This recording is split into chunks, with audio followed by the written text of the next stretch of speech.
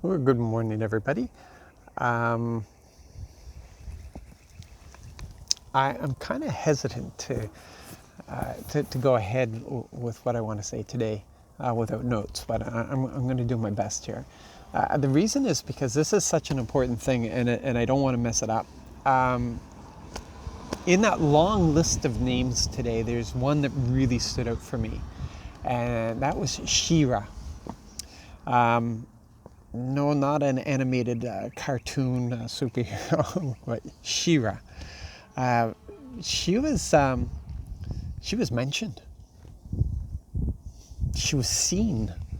She was noted in the Bible, and sometimes daughters were kind of mentioned on the side as an afterthought after all the sons.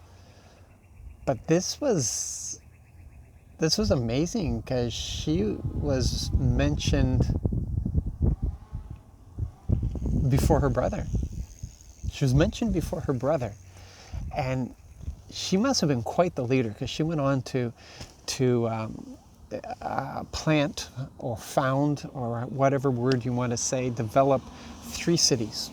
3 cities. She must have been a significant leader in her family and in the tribe for it to be mentioned that she established 3 cities. Sometimes we make the mistake of thinking that a cultural things are God ordained. Just because a culture does something a certain way, or just because it's recorded. We make that mistake quite often with the Bible. Just because it's recorded in the Bible does not mean that that is something that God ordained or that He was pleased with. Sometimes things are recorded just because they're a fact. And that's how it was. But we see and we can understand that our Father created male and female to be distinct. That doesn't mean that one is better than another.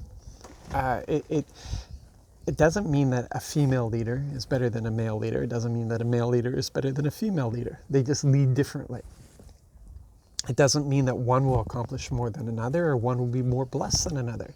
It's just different. The model that I think is best is where you have both. For me, our whole idea of, well, if we want to look at history, the ideal situation that they had in leadership-wise was the Roman Senate. The Roman Senate ran Rome, and it was only in crises that they named a dictator, and a dictator was a positive thing back then, a dictator, because they understood that to go to war they needed one leader. And then once the crisis was over, once the war was over, the dictator would resign and the Senate would resume for me, the best leadership is a group leadership.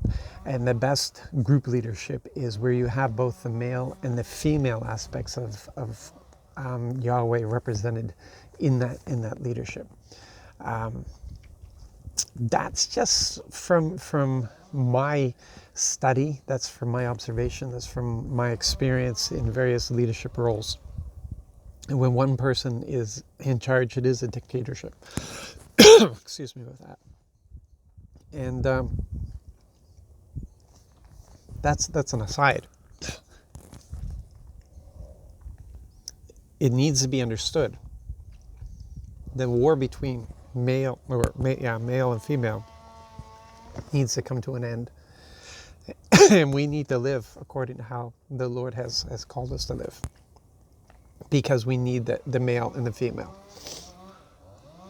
We need the male and the female aspects of God in everything we do, really. So yeah, that's my 2 cents worth. And Shiva, yeah, way to go, Shiva. You guys be blessed, be encouraged, have a fantastic day. Love you all.